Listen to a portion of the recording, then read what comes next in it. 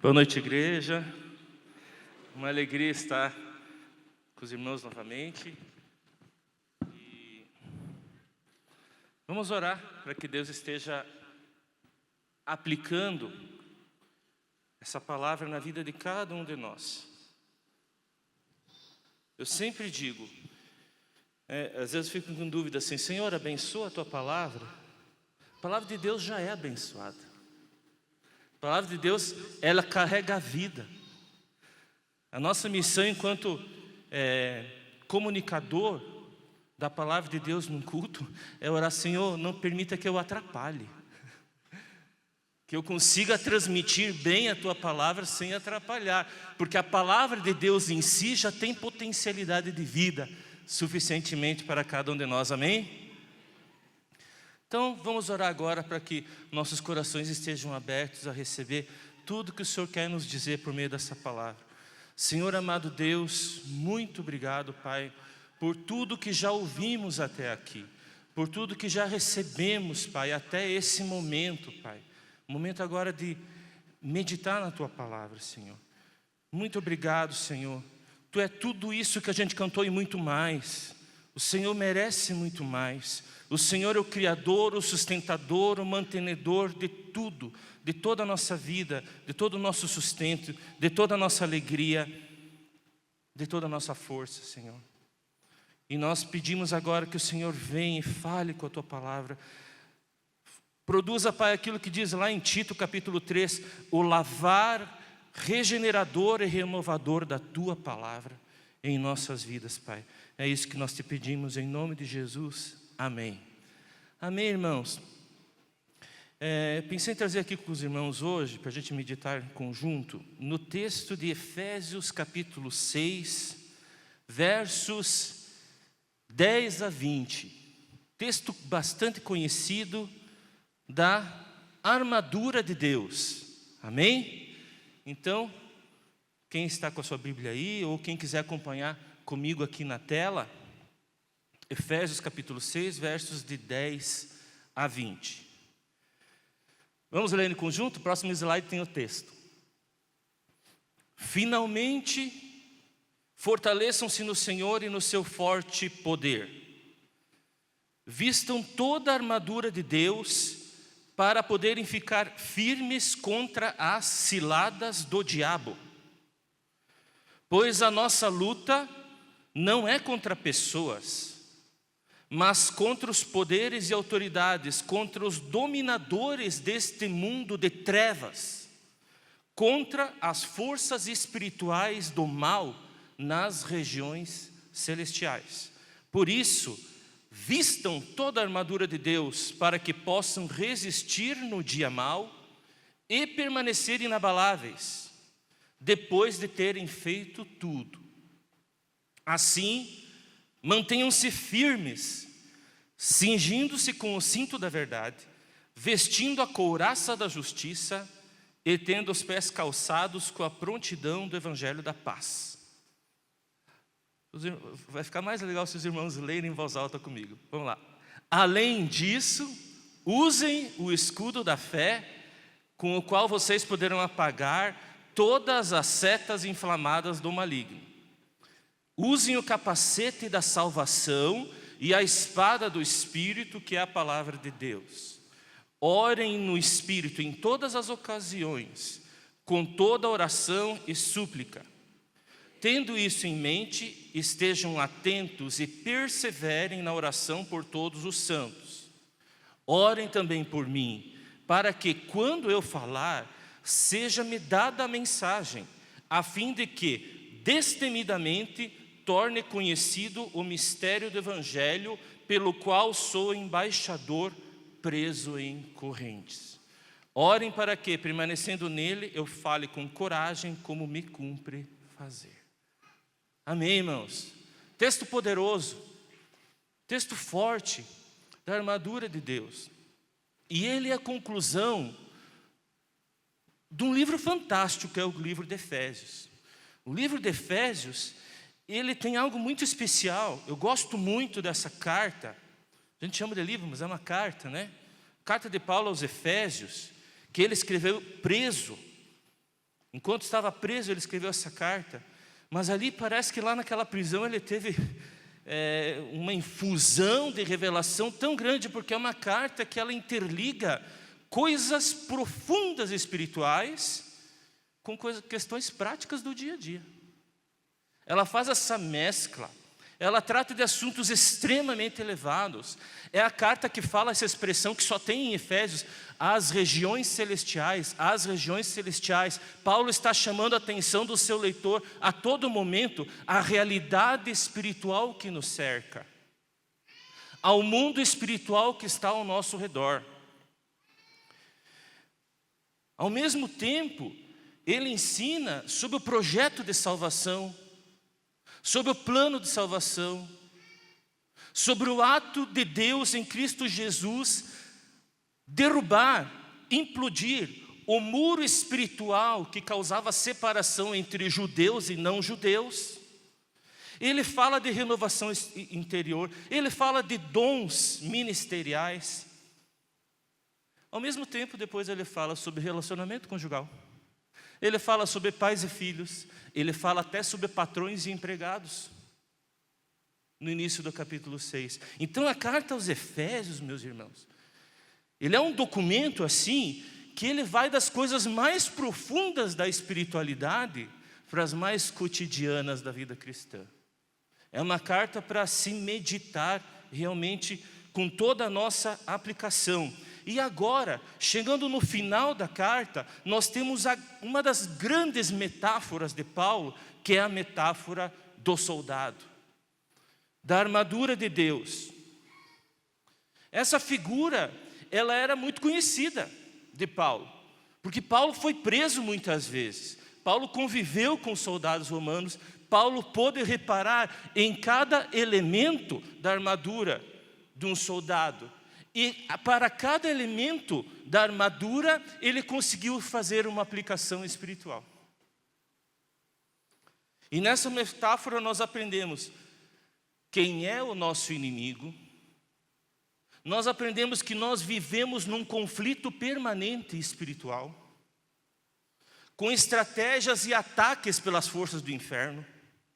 E nós aprendemos as armas que nós temos que usar nessa guerra. E nós vamos sair daqui armados hoje, amém?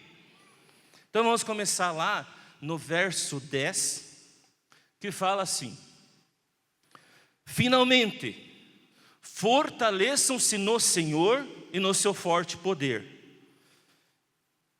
Meus irmãos, eu estava dizendo antes, a carta aos Efésios, além de grandes revelações, ela tem grandes aplicações para a vida prática. Mas, meus irmãos, nós só vamos conseguir viver, aplicar essas orientações para a vida prática se nós nos fortalecermos em Deus. Se nós tentarmos viver os comandos de Efésios ou de outros textos bíblicos, nós não vamos conseguir com a força do nosso braço. Nós realmente precisamos da força que vem de Deus. A Bíblia nos fala que Pedro,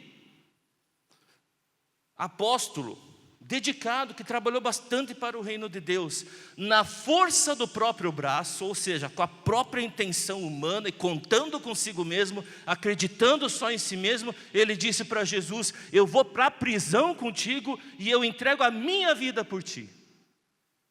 Por quê? Porque ele estava confiando na força do próprio braço. Ele estava confiando em si mesmo. Mas o que aconteceu?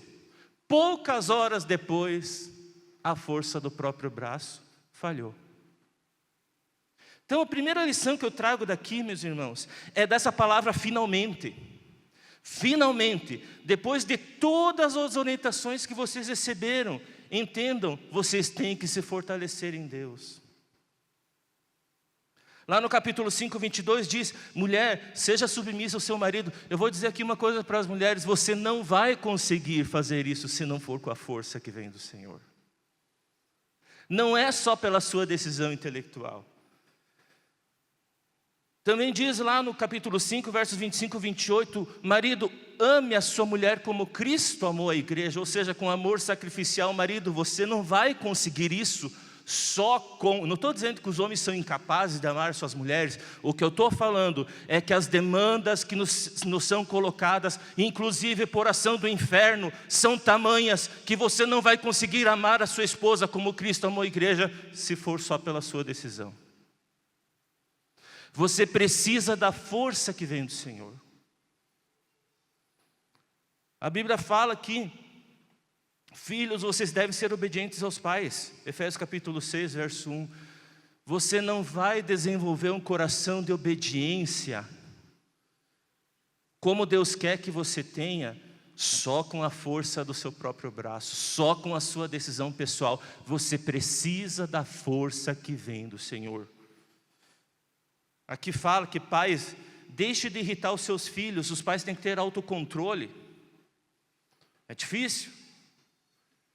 Mas aqui está falando, com a força do Senhor você vai conseguir. As pessoas nos seus relacionamentos, elas vão precisar da força que vem, do poder que vem do Senhor. Esse finalmente, então, conecta esse texto da armadura de Deus com tudo que está dito antes. A vida cristã não é um conjunto de regras éticas para você ticar, para você cumprir conforme a sua boa vontade. Exige esforço, exige decisão pessoal, sim, exige, mas nós precisamos da força que vem do Senhor. E o verso 11 diz ainda: vistam toda a armadura de Deus para poderem ficar firmes contra as ciladas do diabo. Meus irmãos, que diz vista, está disponível. As armas espirituais que nós vamos ver na sequência são armas disponíveis a nós, nós só temos que vestir. Estão todas disponíveis. E a palavra também fala assim: vistam para poderem ficar firmes contra as ciladas. Então você tem que estar com prontidão. Essa passagem fala de prontidão também. Os soldados, eles têm que ficar fardados com antecedência. Quem aqui já passou pelo quartel sabe. O pessoal que vai tirar serviço lá, eles dormem com coturno, não dormem? Ele já tem que estar preparado antes de algo acontecer. Não é quando acontecer é que vai botar a roupa, eles têm que estar preparados antes. Aqui fala, vistam toda. Esse toda, meus irmãos, fala de completude. Nós precisamos da armadura completa, não pode faltar nenhuma peça. Fala ainda da armadura de Deus. Os recursos que nós precisamos para vencer as batalhas espirituais são recursos extraordinários, são recursos sobrenaturais. Mais uma vez, não é pela nossa capacidade, pela nossa força, pela nossa inteligência que nós vamos vencer batalhas espirituais, mas com as armas que Deus dá. O texto fala ainda, ciladas do diabo, e o grego aqui a palavra metodeias, de onde vem método. Meus irmãos, que está falando o seguinte, o inimigo, ele tem método. O inimigo, ele tem planos, ele tem artifícios, ele tem esquemas. O mundo espiritual do mal, ele tem estratégias, ciladas, armadilhas. As ações malignas são organizadas. Tudo isso está nessa palavra cilada. Não é um golpe aleatório, não é uma flecha aleatória, não. O diabo age com método, ele tem astúcia, ele é estrategista. Então, meus irmãos, esse texto está nos trazendo uma boa dose de revelação de coisas que a gente não saberia de outra forma. Nós já estamos em guerra. Às vezes a gente pensa assim, puxa, eu estou vivendo uma batalha. Você sempre esteve. O que falta muitas vezes é a consciência disso. E você pode escolher agir ou se esconder, mas você vai colher os resultados de cada opção. A quem usa as armas, a vitória já está garantida. Aqui fala assim, ó, vistam toda a armadura de Deus para poderem ficar firmes. O resultado de ficar firmes já está garantido, mas desde que você vista a armadura. E a guerra espiritual que a gente vive, meus irmãos, é uma decorrência, é um reflexo da guerra maior, da guerra cósmica entre o reino de Deus e o seu opositor. Nós já sabemos o final dessa guerra, nós já lemos o capítulo final. Mas enquanto o capítulo final não acontece dessa guerra cósmica, nós estamos envolvidos nas pequenas batalhas do dia a dia. E o texto segue dizendo no verso 12: pois a nossa luta não é contra pessoas, mas contra os poderes e autoridades, contra os dominadores deste mundo de trevas, contra as forças espirituais do mal nas regiões celestiais. Então o texto fala, a tua luta, meu irmão, não é contra pessoas. A tua disputa não é com a sua esposa, não é com o seu filho. A tua disputa não é com o teu vizinho, com a tua vizinha. A tua disputa não é contra o teu patrão. A tua disputa é contra o reino das trevas. Aquela pessoa que está em oposição a você, a Bíblia é muito clara em dizer, você tem que amar e orar por ela. Mas tem alguém contra quem lutar. É quem está por trás, a quem está armando estratégias para te derrubar.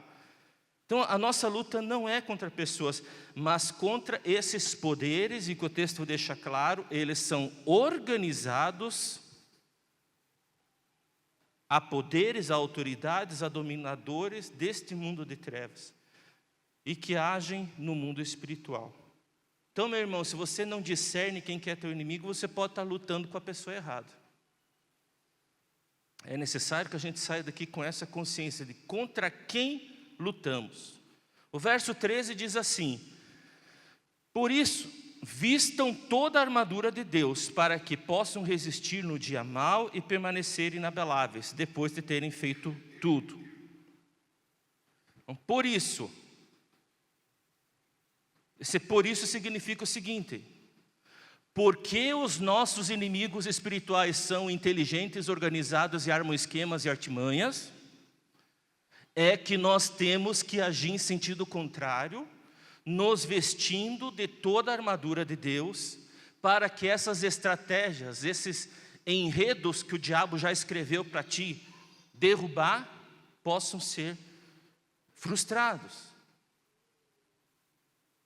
Por isso vistam-se, então apropriem-se na sua própria vida, e toda a armadura. Meu irmão, a gente vai ver aqui a salvação, que é o capacete, a gente vai ver o cinturão, que é a verdade, a gente vai ver a couraça, que é a justiça. Não adianta você ter a salvação na cabeça e viver uma vida de mentira, não ter o cinturão da verdade.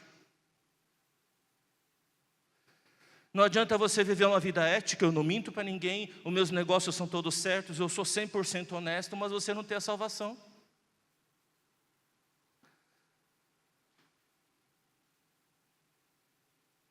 A palavra de Deus nos fala, você tem que revestir-se, usar toda a armadura de Deus. E aí fala, para poder resistir no dia mau. Esse texto traz aqui algumas consequências. Número 1, existe dia mau.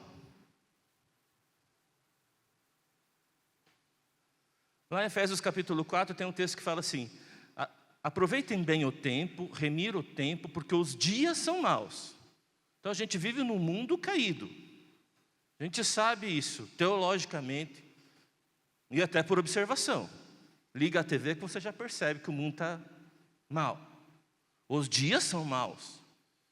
Mas aqui, nessa passagem de Efésios 6, 10 em diante, fala que há o dia mau. Há dias que realmente parece que a coisa estoura. Há dia em que acontecem coisas que nós não desejamos que aconteça. Existem dias maus e nós temos que estar preparados para resistir a eles. Meus irmãos, existem pessoas que naufragam na fé. Existem pessoas que não resistem ao dia mau. Esse apelo aqui é muito sério. Nós precisamos realmente estarmos prontos, reforçados para permanecer inabalável depois de ter feito tudo. Sobre esse trecho, permanecer inabalável depois de ter feito tudo, meus irmãos, significa o seguinte: você vai enfrentar uma luta espiritual, você vai se esforçar, você vai lutar com as armas espirituais, você vai vencer e você vai vencer sem sequelas. Porque tem pessoas que passam por lutas espirituais, mas saem sequeladas, saem magoadas, saem feridas.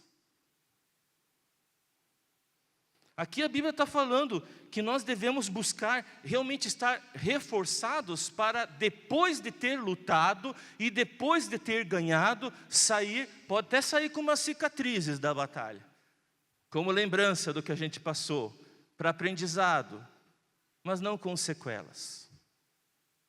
O verso 14 fala assim: assim mantenham-se firmes, cingindo-se com o cinto da verdade, vestindo a couraça da justiça. Meus irmãos, em primeiro lugar, mantenham-se firmes, mantenham-se está no plural. Aliás, todo o texto está no plural. Meu irmão, no reino de Deus não existe exército de um homem só. Nós precisamos, enquanto comunidade, entendermos que nós somos soldados de um pelotão do reino de Deus.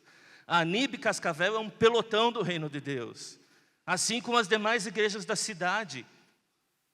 E numa guerra, nós temos até um irmão aqui que pode testemunhar, a orientação é não deixar o colega abandonado. A orientação que se tem é que um soldado ajuda o outro, carrega o outro. E é assim que tem que ser. Nós temos que nos ajudarmos mutuamente para ficarmos firmes contra os ataques do inferno. O nosso general Jesus, ele não quer que só você esteja firme, só você vá bem.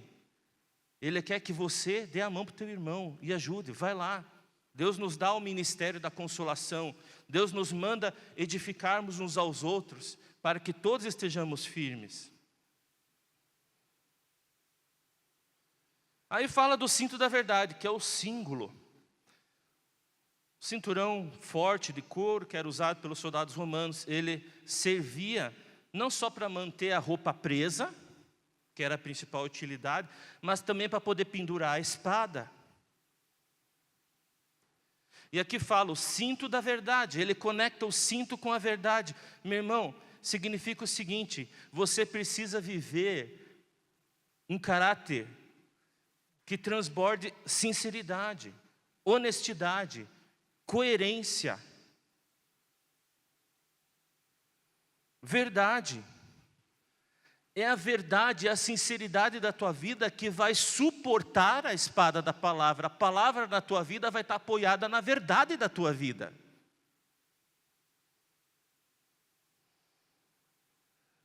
Vou dar um exemplo. Salmo 23:1. O Senhor é meu pastor e nada vai me faltar. É uma promessa, nada me faltará. Mas se não for verdade na tua vida que o Senhor é o teu pastor, que você está seguindo como uma ovelha obediente os passos do pastor, a palavra, a promessa de que nada vai faltar não vai se cumprir, porque é o cinto que apoia a verdade, é a verdade que apoia a palavra, é o cinto da verdade que apoia a palavra, que é a espada. Nós precisamos de sinceridade na vida, transparência diante do Senhor. Nenhum de nós é perfeito, meu irmão, diante de Deus. Todos nós temos problemas. Todos nós temos lutas. Nunca conheci um crente 100% perfeito em tudo, mas conheço muita gente e busco imitá-los no sentido de buscar ser melhor dia a dia. A sinceridade da tua intenção Deus está contemplando. O problema é se a pessoa vive uma vida falsa no Evangelho. Há pessoas que podem ter uma conduta religiosa, mas falta o cinturão da verdade. E aí a veste fica solta. E a palavra não vai encontrar apoio naquela vida. Nós precisamos, meus irmãos, realmente buscar: Senhor, me ajude a viver uma vida de verdade. Me ajude a expressar uma adoração de verdade. Não permita, Senhor, que eu mimetize uma conduta de crente, que quando eu estiver aqui adorando a Deus, eu levante a minha mão, mas o meu pensamento está lá em outra coisa que não tem nada a ver com a minha mão levantada. Senhor, me ajude a ter realmente uma correspondência entre tudo aquilo que eu digo, tudo aquilo que eu vivo, tudo aquilo que eu prometo e a minha vida contigo. Quando nós tivermos essa verdade, meus irmãos, a palavra vai se cumprir em toda a sua plenitude, em todas as suas bênçãos nas nossas vidas. Amém? Aí o texto segue falando da couraça. A couraça, meus irmãos, era aquela proteção, eu acho que é o próximo slide, meu irmão. Proteção aos órgãos vitais. No tempo lá do Império Romano, que era a referência de Paulo, a couraça, ela podia ser mais simples, de tecido grosso, lã, passando por couro, até chegar às mais elaboradas, de metal, com adornos. O fato é que quanto mais resistente, mais ela protegia coração, pulmões, abdômen, fígado, os órgãos vitais do corpo. E aqui, Paulo relaciona a couraça, aquilo que guarda os teus órgãos vitais, com a justiça. Justiça. Justiça é buscar viver o que é certo. O que é certo, o que é errado. Isso está certo, isso está errado. Aquilo é teu, o meu é meu. O que é teu eu não quero ter porque é teu.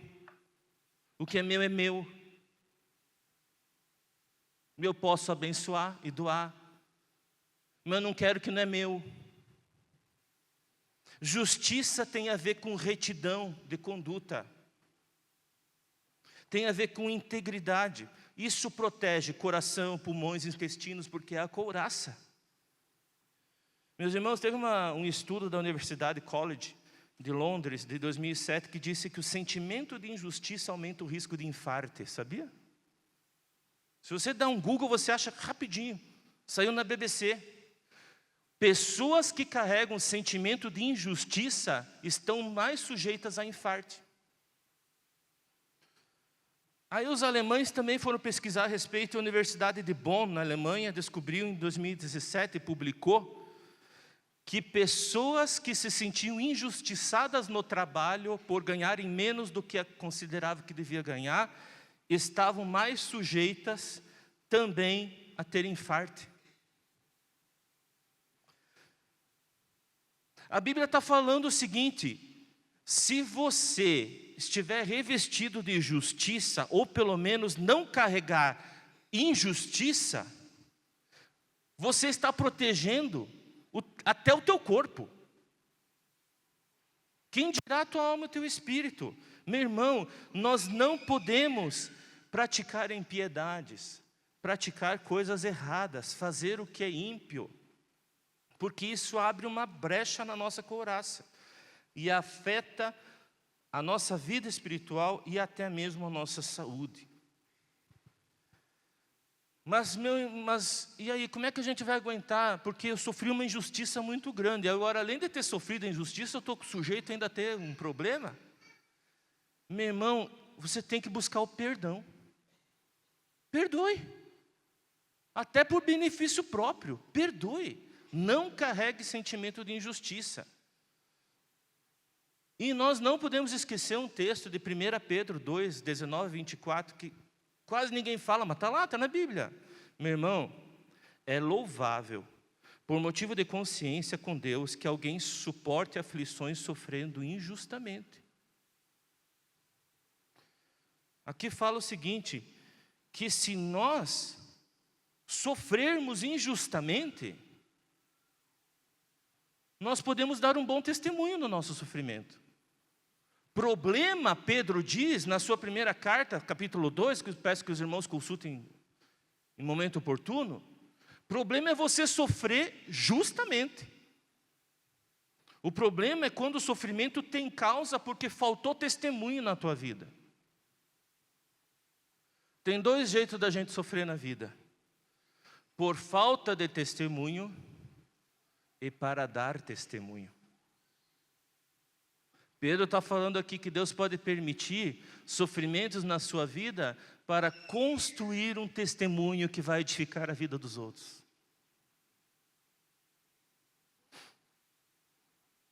Então, irmãos, nós precisamos realmente de uma vida justa que nos ajude a cumprirmos toda a vontade de Deus. Aí o verso 15 segue na armadura e fala assim: tendo os pés calçados com a prontidão do evangelho da paz. Eu botei ali fotos de cáligas romanas, que é a sandália que os soldados romanos usavam. É bem interessante porque elas tinham os cravos de metal na sola. E quando uma legião romana estava marchando quilômetros de distância, os inimigos já sabiam que o exército estava chegando, porque esses pinos, esses cravos de metal faziam um barulho enorme. Toda aquela legião marchando junta com esses metais fazia um barulho enorme naquelas estradas de pedra que os romanos sabiam construir muito bem.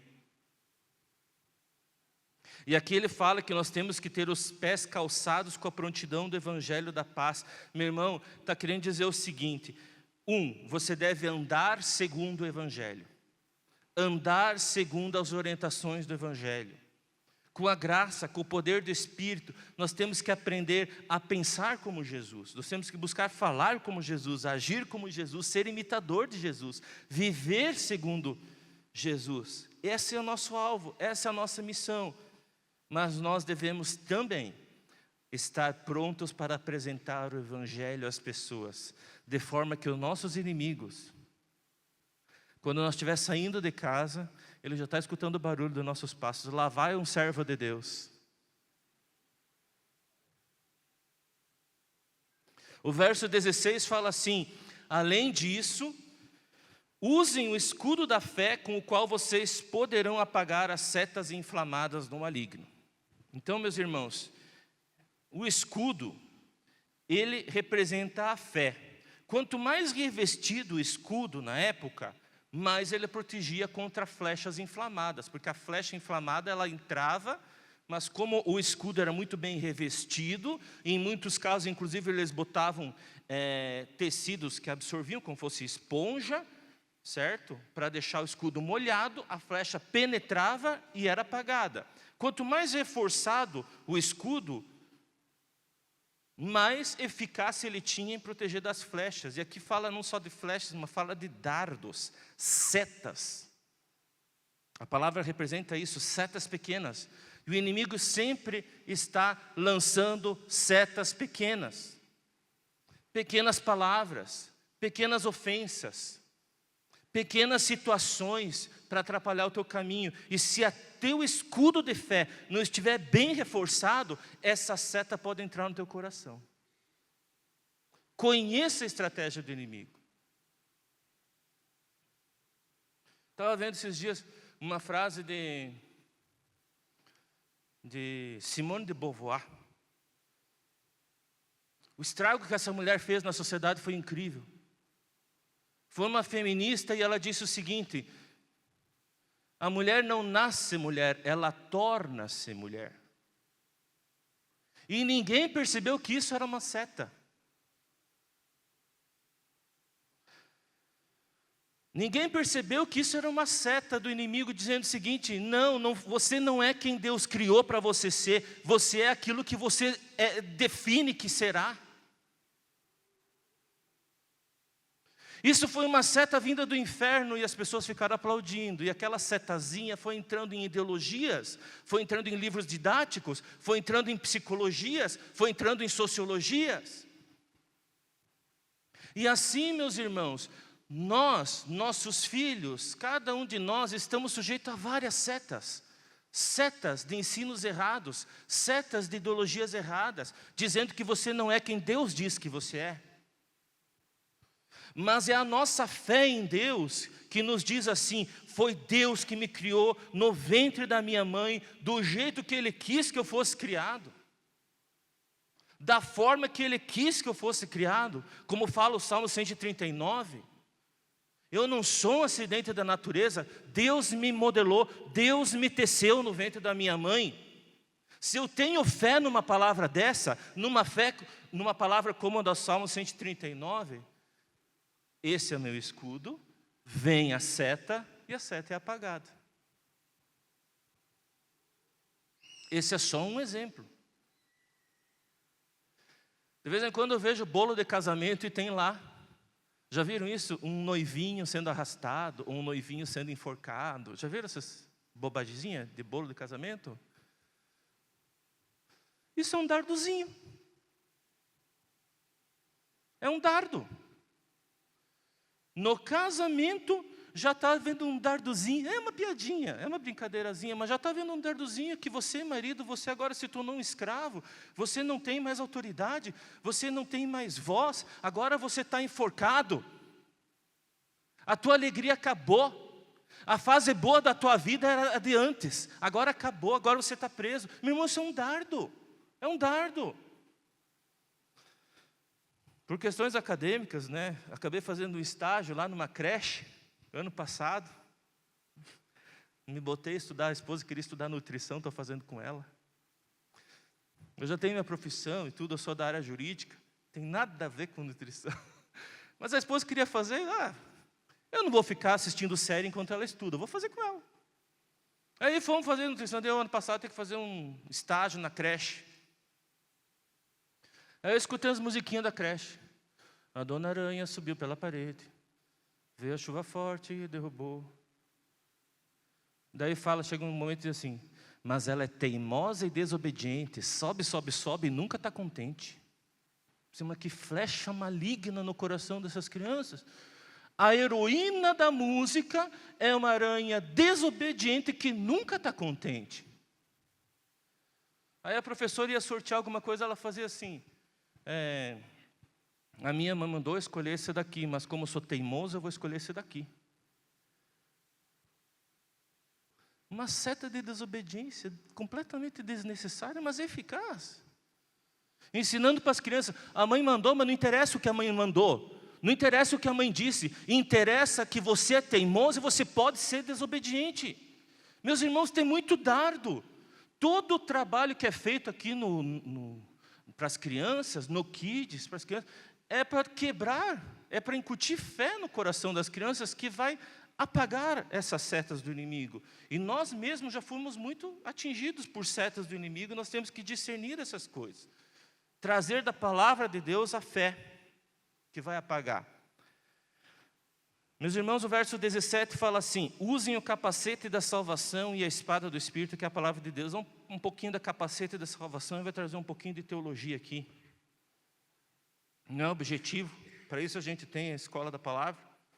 Meus irmãos, a salvação, ela tem 3 tempos que devem se cumprir na vida do cristão. Um é a salvação do Espírito, quando você aceita Jesus, a palavra de Deus nos diz, o teu nome é escrito no livro da vida. Você é selado com o Espírito Santo, se com a tua boca você confessar que Jesus Cristo é o Senhor da sua vida, você crê com o seu coração, ou seja, uma atitude interior, eu creio com o coração, Romanos 10:10, se você crê com o coração e confessar, ou seja, atitude exterior correspondente à interior, você é salvo, você recebe a salvação, você recebe. Agora, meus irmãos, isso daí é chamado justificação, é a primeira etapa da salvação. Você passou no vestibular, você entrou na faculdade da vida cristã, agora você tem todas as matérias para passar, a matéria do perdão, a matéria do amor, a matéria da paciência. E se a gente não entende que a gente tem que vencer essas provas da vida cristã, a gente fica repetindo de ano. Então, tem agora o trabalhar da alma, a salvação da alma, para nos tornarmos mais parecidos com Jesus Cristo. Nossa igreja aqui é muito abençoada, ela trata isso daí, sabe onde? 30 semanas, bases. É o trabalhar da salvação da alma. E por fim, a grande esperança do cristão, que é a salvação do corpo. Aquele dia em que a trombeta tocar. E que os mortos em Cristo ressuscitarão. E terão um corpo transformado. um corpo glorioso, imperecível. As promessas de 1 Coríntios capítulo 15, a promessa da ressurreição. Então, tem 3 fases da salvação: a salvação do espírito, a salvação da alma e a salvação do corpo. Essa é a salvação completa. E aqui a Bíblia está falando que nós temos que ter isso na nossa cabeça. É o capacete. Você precisa entender essas coisas. Você precisa entender. Cristo um dia morreu por mim. Deus, de maneira muito pedagógica, Ele ensinou: se você pecar, você pega uma ovelhinha e você mata no seu lugar, porque todo pecado gera morte. Mas se todo mundo que peca morrer, não vai sobrar ninguém. Deus estava ensinando para aquele povo a noção de morte de alguém no lugar de alguém, por causa do pecado, para que quando chegasse Jesus Cristo, João Batista lá do Jordão apontasse para ele e dissesse: eis o Cordeiro de Deus, definitivo, aquele que tira o pecado do mundo, aquele cuja morte vai trazer perdão para todos nós. Nós temos que crer nisso, nós temos que entender o plano de salvação. O homem caiu, Deus traçou um plano de redenção, anunciou esse plano, preparou um povo para receber esse plano e espalhar para as demais nações. E hoje nós estamos na fase do espalhar para as demais nações, até que Ele venha e se cumpra o restante dessas promessas. Nós temos que ter isso muito bem entendido na nossa mente. E a espada do Espírito, que é a palavra de Deus, meus irmãos, a palavra de Deus nos fala, lá em 2 Timóteo, que o Espírito Santo é quem inspirou a palavra. Então, por isso que fala, a espada do Espírito, que é a palavra, ela nos ajuda, ela nos ensina, ela nos corrige, ela nos instrui. E ela é como uma espada afiada, que entra na profundidade do ser, conforme Hebreus capítulo 4, verso 12. Ela é viva, ela é eficaz, ela é afiada, ela entra e ela provoca discernimento, arrependimento, conversão. Meus irmãos, a Bíblia está falando, use a palavra. Talvez, meus irmãos, por falta de algum elemento dessa armadura, você já está com uma vida um pouco enredada. Você percebe, não consigo, não vou, não avanço, parece que meus pés estão amarrados, eu não tenho perspectiva de vida. Eu quero dizer para você, a palavra de Deus é uma espada afiada para você pegar e cortar todas essas amarras que estão atrapalhando a sua vida. A palavra de Deus deve ser incorporada, trazida à nossa mente para nos defendermos do inimigo, mas para também expulsarmos o diabo, como fez Jesus em Mateus 4. Com a palavra de Deus, Jesus expulsou o diabo da sua presença. Eu peço que a banda venha para cá, enquanto me encaminho aqui, para os versos 18 e 20. Fala assim: orem no Espírito, em todas as ocasiões, com toda oração e súplica. Tendo isso em mente, estejam atentos e perseverem na oração por todos os santos. Orem também por mim, para que quando eu falar, seja-me dada a mensagem, a fim de que, destemidamente, torne conhecido o mistério do Evangelho, pelo qual sou embaixador preso em correntes. Orem para que, permanecendo nele, eu fale com coragem, como me cumpre fazer. Então, irmãos, todo o texto termina com orem, orem, orem, orem. Nós precisamos de vida de oração. Nós precisamos nos dedicar mais em nos comunicar com o Pai, para estarmos bem armados com todos esses itens da armadura. Amém? Nós vamos cantar uma música agora, peço que a igreja fique de pé. Nós vamos clamar o nome de Jesus. Nós vamos invocar o nome de Jesus. E ao término dessa música nós vamos fazer essa oração. Oração pelo revestimento da armadura de Deus em nossas vidas. Amém?